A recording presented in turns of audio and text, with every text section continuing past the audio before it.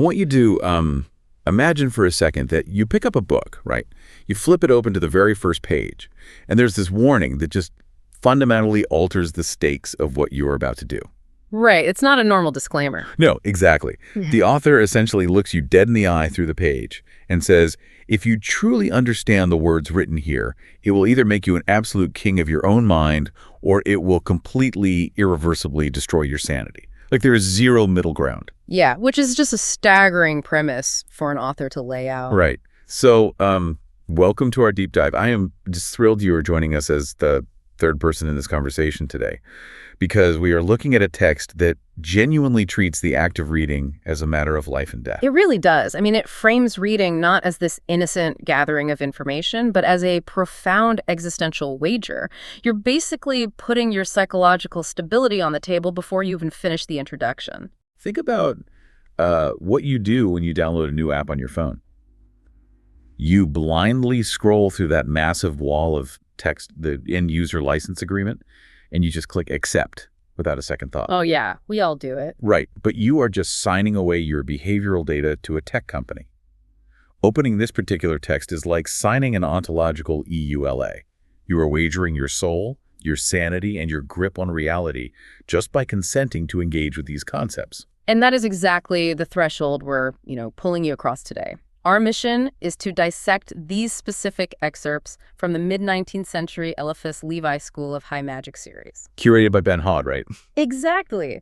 We're looking at it through the lens of modern esoteric researcher Ben Hod, who put this material together to really highlight Levi's terrifying concept of this binary outcome when studying the high sciences. Meaning you either become a monarch or a madman. Yeah, Levi guarantees you walk away from his work as either a sovereign monarch of yourself or just a completely shattered madman. There's no casual middle path. To really grasp the gravity of this, we have to understand that Levi isn't writing a fantasy novel. He's not, world building for entertainment. He views his own philosophical work as a literal live wire. A live wire of what he calls the great magical agent, or the astral light. Exactly. In his worldview, this text is literally conductive material. Yeah. To touch it without total, unwavering mental discipline is to invite, a psychic electrocution. The historical context of the 1850s actually reveals so much about why he did this. French occultism at that time was basically being crushed between two opposing forces. Right. You had the Enlightenment on one side. Yeah, the cold, hyper-rational ridicule of the Enlightenment and the Industrial Revolution. And then on the other side, you had these decaying, superstitious traditions like rural grimoires and cheap parlor trick spiritualism. So Levi is trying to rescue the dignity of the high sciences here. He is. He wanted to synthesize reason and mysticism. But, he was absolutely terrified of making this high-voltage knowledge accessible to people who lacked the structural integrity to handle it. And that structural integrity, it hinges entirely on how Levi actually redefines knowledge. Because, if you are listening to this, you probably equate knowledge with data accumulation. Right, like reading an article, memorizing a fact, and then recalling it at a dinner party. Exactly.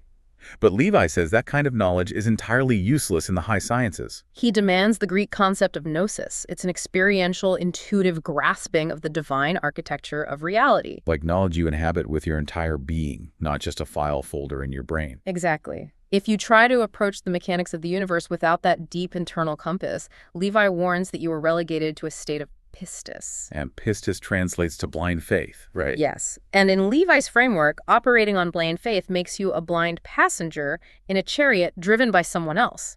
He says you have to know what you want to do, or at least have faith in someone who does know. But the danger of relying on someone else's vision is just catastrophic if things go wrong. Oh, completely. Because relying on pistis means you are tethering your spiritual progress to a master's realized will. You get caught in their gravitational pull, and if the master stumbles, you fall into the abyss with them. Which, terrifying. Yeah. So the only antidote is this foundational concept Levi calls autognosis, deep self-knowledge. And we're not talking about taking a personality test to find out your quirks. No, definitely not. Autognosis is this grueling process of identifying the fixed, immutable Archimedean point of your own soul. It's finding the anchor. Because if you engage with these massive universal currents of energy without that grounded sense of self, you invite in what the Kabbalistic tradition calls the cliff-off. The shells or the husks. Right, the shards of broken reality. If you follow a leader who doesn't possess true self-knowledge, you are not on a spiritual adventure. You are actively consenting to have your own willpower absorbed into their unmanaged chaos. You're basically offering yourself up as a lightning rod while standing barefoot in a puddle. Wait, I do have to push back a little on his terminology, though. Levi constantly warns about the devastating risk of this spiritual adventure. But when you or I hear the word adventure, we think of something spontaneous and fun, right? Right, like packing a bag and hitting the road. Yeah. It has this positive romantic connotation. Well, that romanticized 19th century salon view of mysticism is exactly what Levi despised. He absolutely hated the trend of aristocrats doing ghostly parlor tricks and treating the unseen world as an amusing adventure. Oh, so he's using the word differently. Very differently. When Levi uses the word, he is leaning heavily on its strict Latin root, advenire, which literally means that which happens by chance. Oh, wow. Okay, so leaving your spiritual development up to chance is his literal definition of a horror story. Exactly. The magus, the true practitioner, cannot tolerate chance. The entire mechanism of the high sciences relies on the directed will. And a directed will is just mathematically impossible if you lack a centralized sense of self. If you don't know your own coordinates, you can't direct anything. You cease to be an adventurer and basically become a casualty waiting for an impact. That sets up the central problem so beautifully. If relying on chance leads to this catastrophic shattering of your reality, what is your shield?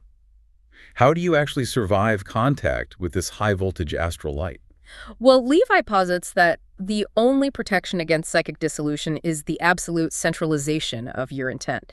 And he gives this centralization a very specific, kind of bizarre anatomical name. The magical chignon. Yes, the magical chignon. Wait, like the hair bun? Yeah, the terminology sounds super strange to modern ears, but it actually provides a really vivid mechanical metaphor. A chignon is traditionally a knot of hair tied tightly at the nape of the neck. Right.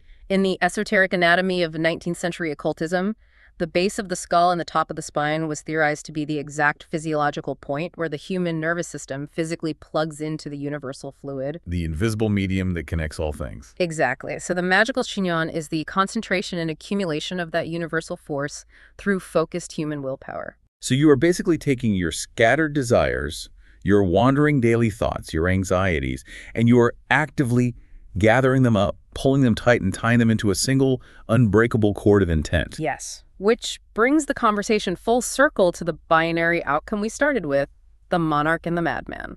Right. So the monarch is the individual who maintains a tightly bound chignon. They have achieved complete sovereignty over the chaotic impulses of their own microcosm. In esoteric terms, they've balanced the metaphorical pillars of Jachin and Boaz within themselves. And for those of you wondering what Jachin and Boaz are, they are the two pillars that stood at the porch of King Solomon's temple. They represent the ultimate balancing of opposing universal forces. Boaz is severity, restriction, and passivity. And Jachin is mercy, expansion, and active force. So the monarch stands perfectly in the middle path between those two extremes, harnessing both without being consumed by either. But then you have the madman. This is the individual whose chignon has come undone. The knot has slipped. Their will is frayed. Exactly. And because the structural integrity of their intent is compromised, they begin to leak what 19th century occultists called magnetic fluid. Like their vital energy, their psychic pressure just bleeding out into the ether. Right, and their consciousness devolves into a tangled mess of conflicting impulses and chimeras, which are basically hallucinations generated by an ungrounded ego. Okay, but Levi makes a bold claim here that I initially really struggled with. He writes, "To doubt is to become insane." Yeah, that's a heavy statement. But wait a minute. We are taught that healthy Cartesian skepticism is the foundation of all rational thought. Questioning things is how we arrive at the truth.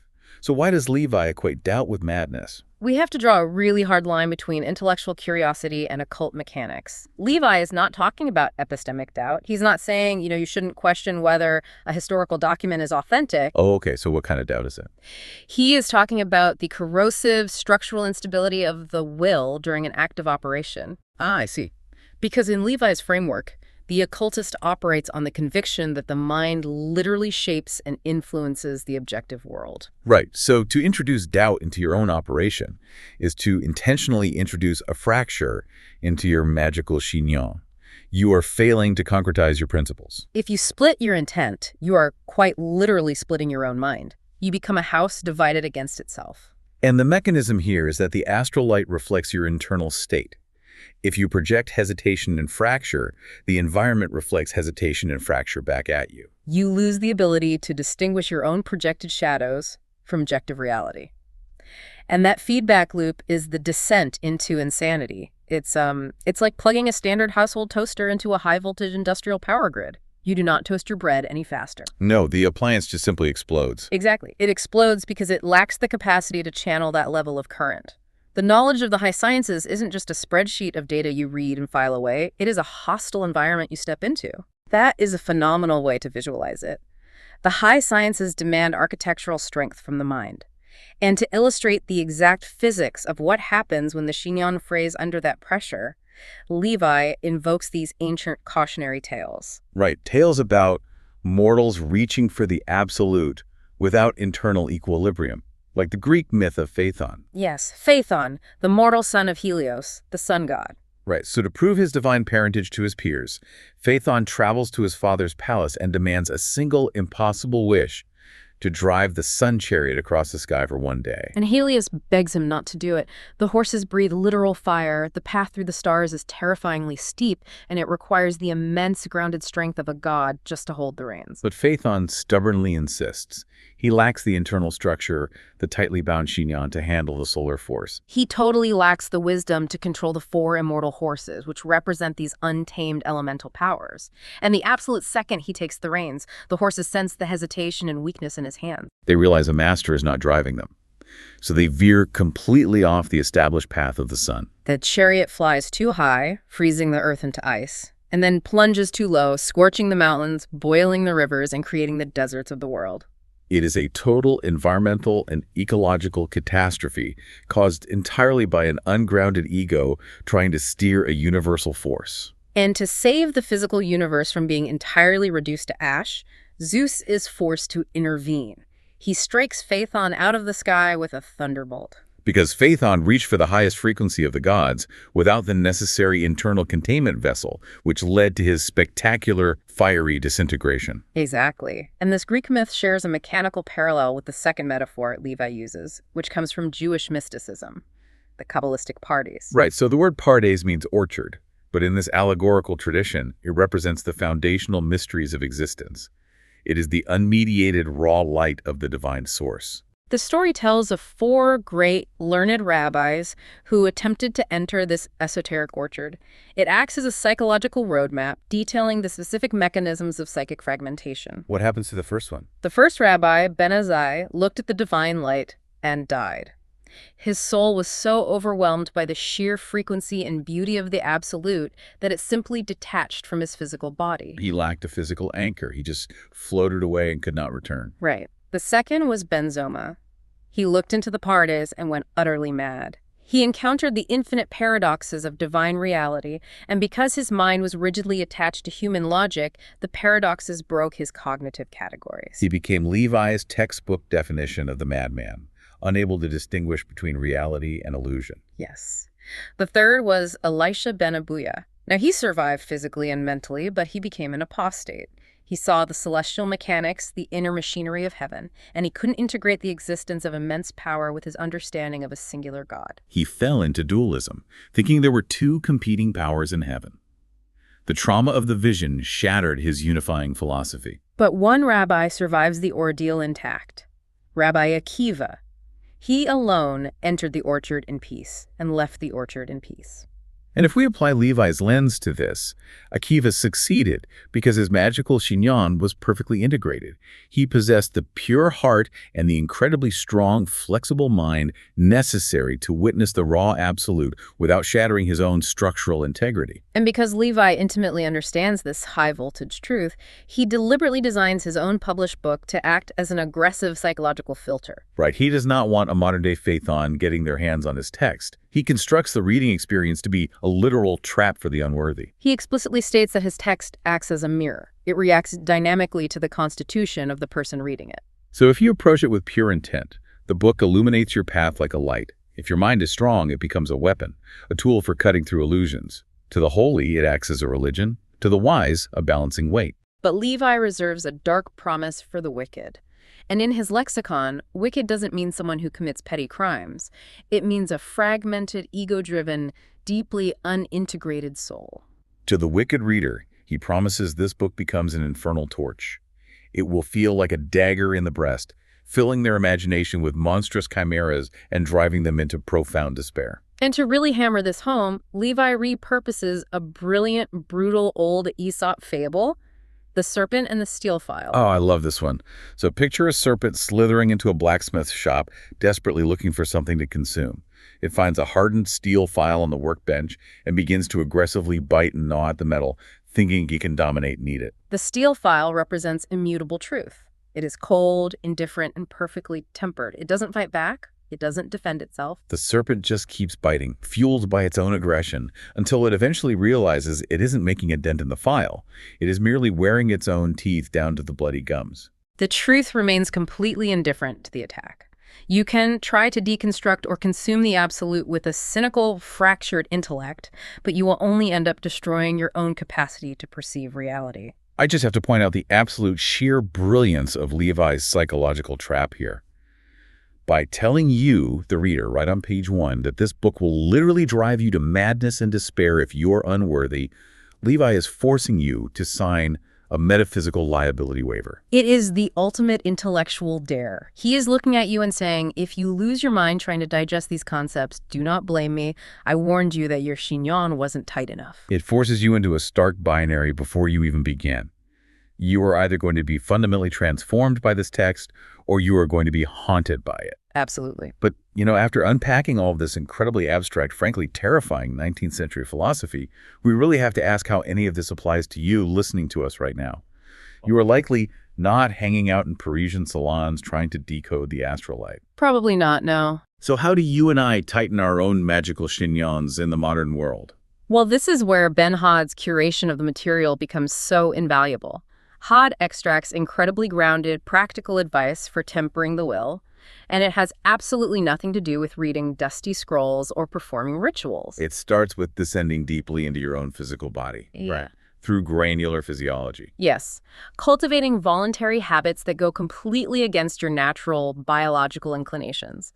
Hod points to the severe disciplines of the Pythagoreans, or the mandate from the 20th century occultist Franz Bardon. Oh, the cold showers. Yes. Bardon required his students to take freezing cold showers every single morning without fail, or adhering to a ruthlessly fixed waking hour, getting out of bed the very second the alarm rings, regardless of fatigue. And the mechanism here is profound because the cold shower itself has no mystical property. No, none at all. The purpose is to continuously prove to your subconscious mind that your conscious ego is holding the reins. The physical body must learn to endure what the centralized will mandates. You are performing microscopic, daily sacrifices of biological comfort to forge a sovereign, unbreakable will. Hood also outlines this concept called the economy of speech, which is fascinating. He suggests running a strict audit of every single word you allow out of your mouth. Right, because every time you complain about the weather, or every time you brag about an accomplishment, or reveal a secret plan before it has actually materialized, you are leaking what they call magnetic pressure. It's like a pressure cooker. If you leave the valve open, the steam escapes harmlessly, but the food never cooks. That's a great analogy. Silence keeps that energetic pressure contained within the vessel of your body so it can ferment and crystallize into actual deployable power. If a sentence does not serve a central, deliberate, and necessary purpose, you basically must let it die in your throat. Which flows perfectly into his final piece of advice. The absolute ritualization of the mundane. Being 100% present in your most boring daily chores. Exactly. When you are standing at the sink washing the dishes, you are not contemplating the celestial mechanics of the parties. You are not thinking about your emails. You are just washing the dishes. When you eat a meal, you are not reading the back of a cereal box or staring at a screen. You are entirely present with the sensory experience of eating. And by inhabiting the present moment with that level of extreme density, you crowd out the chimeras of the imagination. Doubt and anxiety require empty space in your attention to breathe and multiply. By filling your attention entirely with the present action, you build the tempered steel necessary to face broader mysteries later. Exactly. So as we wrap up this deep dive, I want to leave you with a modern application to mull over. We live in an era defined by endless, infinite scrolling. constant push notifications. We treat chronic multitasking as a professional virtue. We exist in a state of perpetual cognitive fragmentation. Right. It is an environment perfectly designed to undo the magical chignon. It really is. And here is the provocative thought I want you to carry with you today. We talked about the danger of tethering your will to a master who doesn't know themselves. What if the algorithms driving our digital lives are the ultimate false masters? Oh. Every time we surrender our attention to an algorithm that feeds us outrage or distraction, are we willingly handing over our sovereign will to a machine that has zero self-knowledge? We might be. We're constantly plugging our untempered minds into a high-voltage grid of global information and then wondering why our psychological fuses keep blowing. Exactly. Perhaps our modern inability to just quietly wash a dish or sit alone in an empty room in silence is the exact equivalent of the madness Levi warned us about.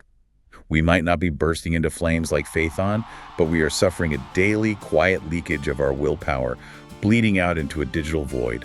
That's a haunting thought. So the next time you find yourself blindly clicking accept on the terms of your own attention or letting an algorithm decide your next hour, ask yourself, are you the monarch of your own mind, or have you just become a blind passenger in the chariot?